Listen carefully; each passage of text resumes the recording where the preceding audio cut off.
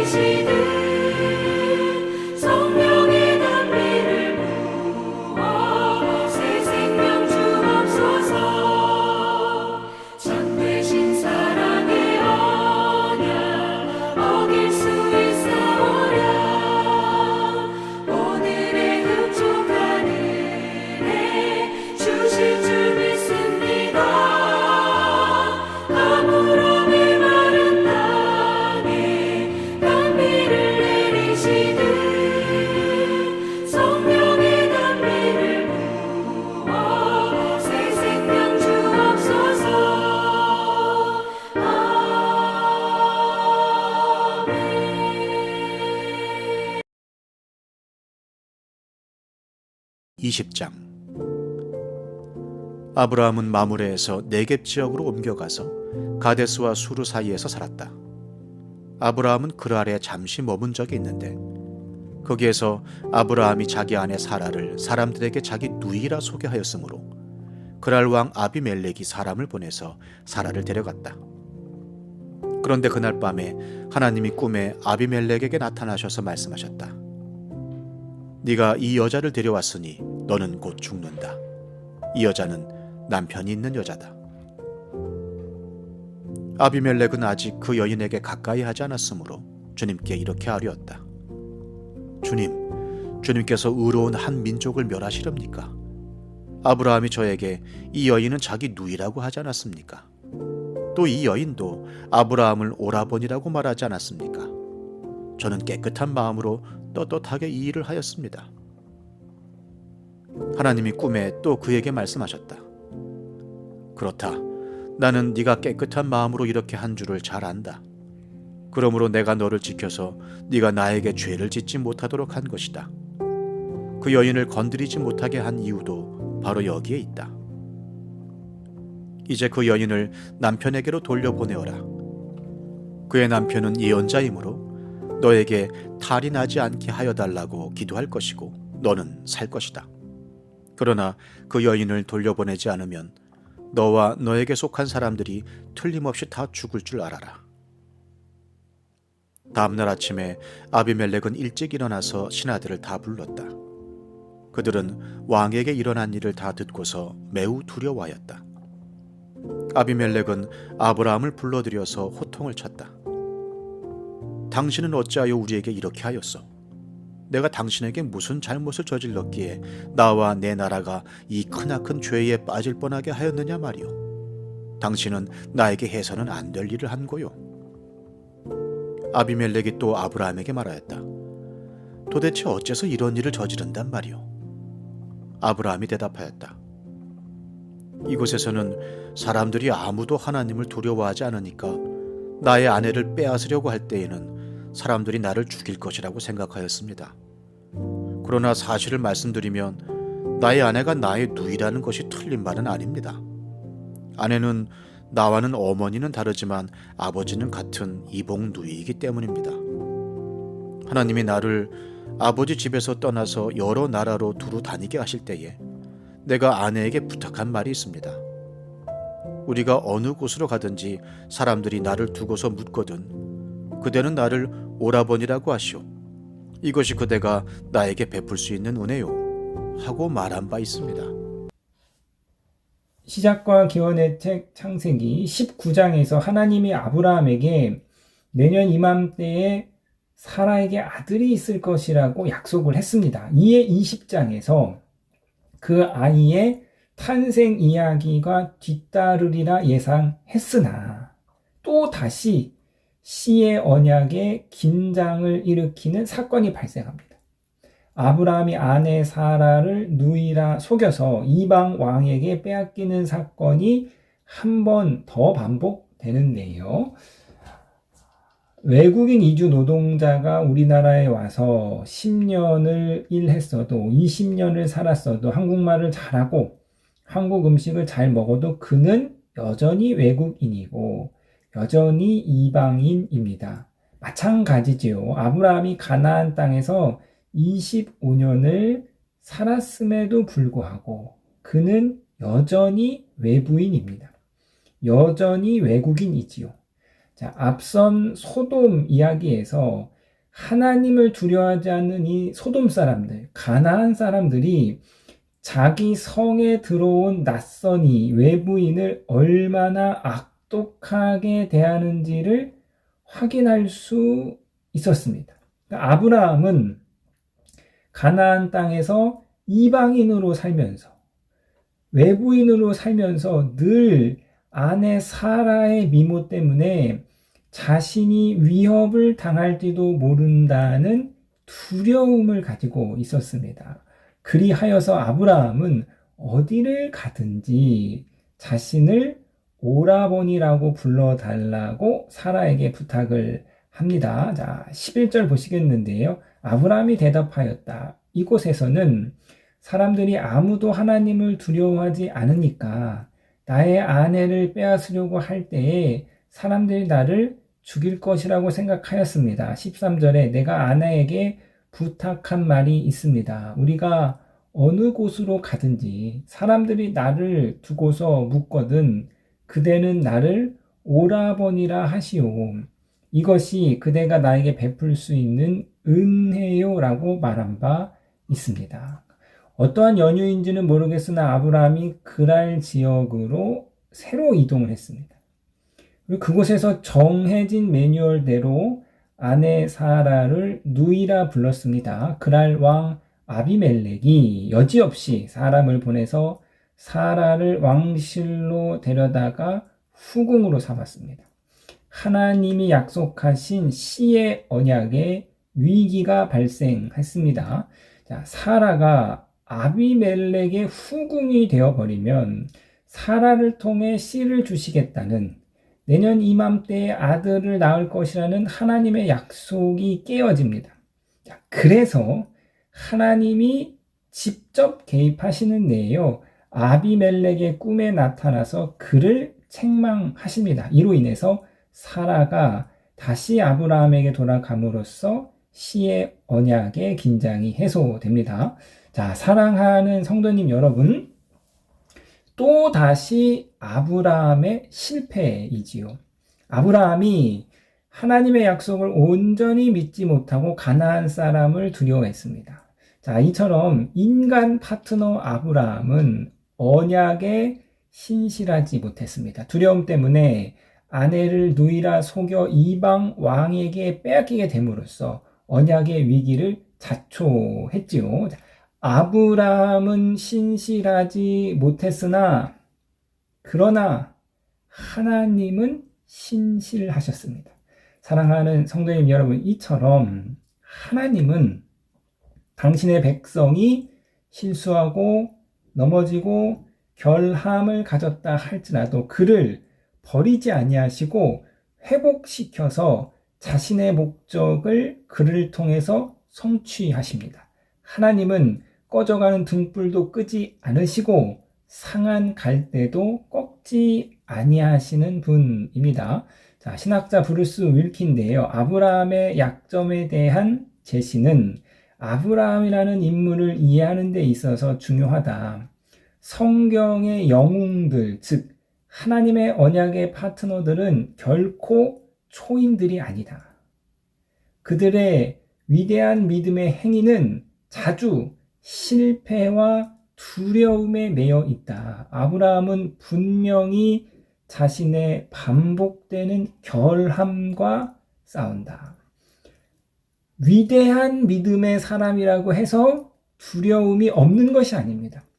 두려움을 못 느끼는 것이 아니에요. 자, 아브라함처럼 위대한 믿음의 사람도 그들도 우리와 똑같이 두려움을 느꼈습니다. 위대한 믿음의 사람도 그들도 우리와 똑같이 연약하여서 실패하고 넘어졌습니다. 베드로는 예수님을 3번 부인했고 다윗은 밧세바를 범했으며 노아는 술 취해 범죄했습니다.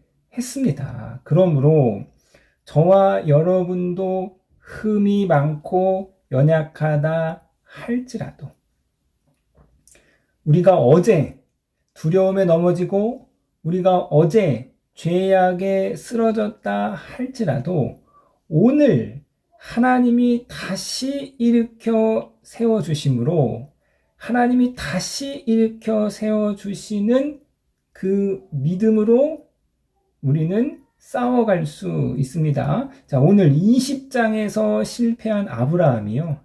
22장에 가서는 독자 이삭을 바치는 위대한 믿음을 보여줍니다. 자, 때로는 넘어지나 때로는 쓰러지나 다시 일어서는 것. 이것이 아브라함이 우리에게 보여주는 믿음의 여정입니다. 자, 그러므로 저와 여러분 쓰러졌다 할지라도 오늘 이 새벽에 하나님이 우리를 일으켜 세워주시니 다시금 믿음으로 이 하루 승리하시는 믿음의 삶 걸어가시는 저와 여러분이 되시기를 주님의 이름으로 부탁드리겠습니다.